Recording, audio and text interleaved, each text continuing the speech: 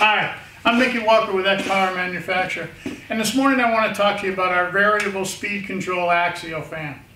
This unit is probably best known for the versatility of airflow. You have 360 degrees of choices on how to position your airflow. So if I want to run the air straight out of the unit and just blow it across the room, perhaps hit that entire wall, just aim it straight this way. I want to put a little bit of an angle like this and get the air up in the corner. Whenever I find my desired position, I just lock these two locking nuts on the sides and it'll hold it in place. You know, probably one of the best positions people like a lot with this fan is when they have water from upstairs like we talked, to be able to put air up on the ceiling or all the way down at the floor. You know, we often wash carpets ourselves, and to be able to dry the carpet, we're going to bring the air in from the top and move it out in 360 degrees.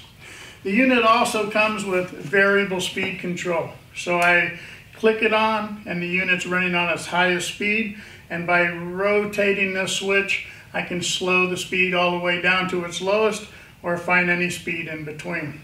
It also has a 3-hour timer. The 3-hour timer is pretty good to have, because if you want to run this fan for 2 or 3 hours but you don't feel it needs to run all day and you're not going to be there standing there waiting for it to dry, just go ahead and set your timer for the desired time. You have up to 3 hours, so use that thing. It's nice to have. Also, we have here is an auxiliary outlet. We have two 110 outlets. You know, often we're in an area where we want to plug more than one unit in, but we only have one outlet. And we don't recommend extension cords, but what we do recommend is one fan can find that outlet, and then we can plug another fan into here, perhaps two fans, and another one into the other fan.